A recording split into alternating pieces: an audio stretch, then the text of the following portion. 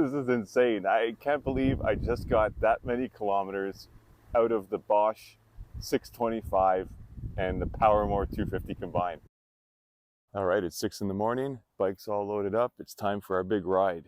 Test out just how far this Salsa Tributary Bosch performance motor can take us with the Powermore 250 spare battery. First, let's get the bike started. One click underneath the top tube bag.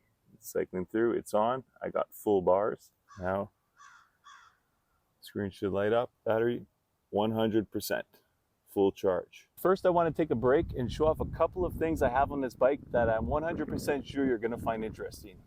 First, if you're wondering how the hell I'm able to put a top tube bag over top the main controller and things still be functional, it's because of the all-new Bosch Mini Remote.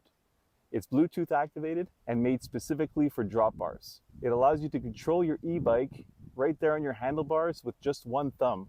And second, if you're wondering how I got the Bosch display unit off of the handlebars as well and onto the stem, it's because of this one-of-a-kind headset top cap made by MyCAD Designs. It's the only thing on the market I found that gave an alternative to mounting the Bosch display unit somewhere other than the handlebars, and it tilts too. And you'll see it in action a bit later on when we run the bike dry and have to switch over to the Powermore.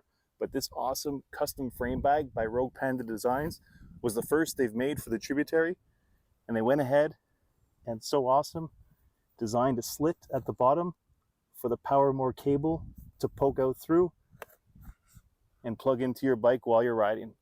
So I keep my Powermore right up here in my frame bag.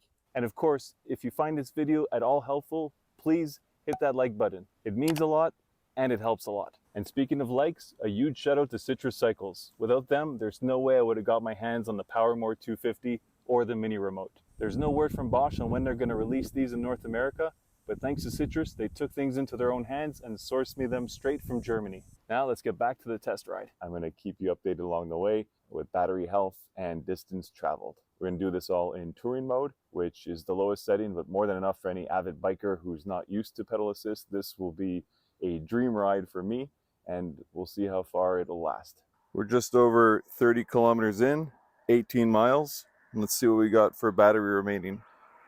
78%. It was all gravel with quite a few hills, and now we're about to embark on a flat, hard-packed gravel path for the next little bit. 70 kilometers, 43 miles in, and we still have 51% of the battery remaining. I just can't kill this battery, man. 100 kilometers, 68 miles in, and still 28% battery left. The terrain for the last 40, maybe 50 kilometers has been hard-packed gravel, but like a strong headwind I've been battling. Tucked down on the aero bars for most of the ride, and yeah, this battery is a beast. 120 kilometers, 75 miles down, and almost 10% battery still remaining. Okay, almost there, 1% left. Stay tuned, we'll see how many kilometers, miles we get out of this baby. I'm gonna run her till she goes dry. The display is saying 0, but I still got pedal assist. This battery just doesn't want to quit. We're getting up to 130 kilometers. Let's see how far I can run on 0%. She's done, and nothing exciting happens. No big celebration on the screen. It just goes completely dead once you drain your battery. So we've got an answer. On the 625 watt-hour battery that's inside the bike, we got 130 kilometers out of this. That's 80 miles. So hills, lots of headwind. No crazy climbing, but what you would expect on a typical touring gravel bike ride. Now let's plug in the Powermore 250 and see how much more we can juice out of that.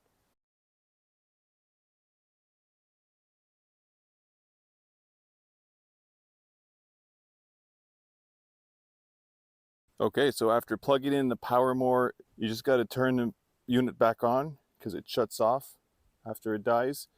And now we're showing 30% battery, but there's also the message down here saying e-bike battery 0%. So that 30% is the Powermore. Let's shift her up into touring mode. Bam. Let's see how much we get out of 30% Powermore 250 watt-hour battery. We hit 100 miles, woohoo, 160K, and there's exactly 15% left on the Powermore. So that's 30K, 18 miles, and it's only halfway depleted. Okay, the screen just went dead on the Powermore 250, and drum roll please. Total mileage 186 kilometers, which is 115 miles. That means the Powermore 250 took us an extra 56 kilometers, 35 miles. Okay, so we're back at the house with 2 dead batteries.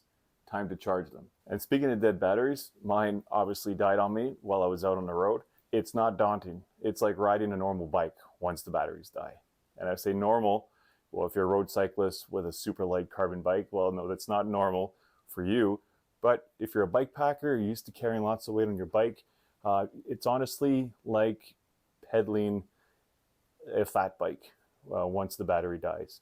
I had to take some pretty steep hills to get home without any battery life, and I had in granny gear. It wasn't bad. Once I hit flat terrain, I used my gears as normal, and I was sailing. I didn't feel like I was hauling a lot of weight, and I didn't feel any resistance from the motor with the dead batteries at all. And when you buy the Powermore, you don't get a charger like this, the one that comes with the bike. You just get a connection cable. Unless you want to go buy a second one of these and lug a second one of these around in your trips, you're going to want to charge your batteries consecutively, one after the other. Most likely, you start with the Powermore. It's a smaller battery. It'll take less time to charge. And then before you go to bed, you swap over and start charging your bike. So when you wake up in the morning, both are ready for the next day's journey. I'm going to do just that and time them as they charge to give you guys the intel on exactly how long you're going to wait for that Powermore to charge before you can hit the hay. So let's plug in the Powermore and start the timer. Oh, I started recording right as the lights went out. I don't know if you caught that, but live on camera, total charge time, let me do the math, 1 hour, 6 minutes to charge the Powermore 250. And that's with the 4 amp charger.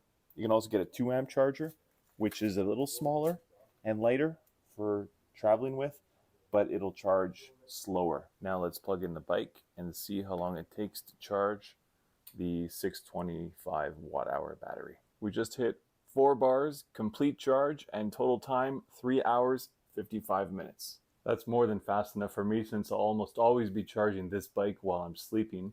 My main concern was, and what I'm celebrating the most, is that the Powermore 250 only takes 1 hour to charge. Well, that wraps it up for everything I wanted to show you in this video. If you found any of it helpful at all, please hit that like button. It really helps a lot. And if there's anything you saw on my bike you want to talk about or ask a question about the Powermore 250 or the Bosch Mini Remote, please leave it in the comments. I'll see you guys in the next video.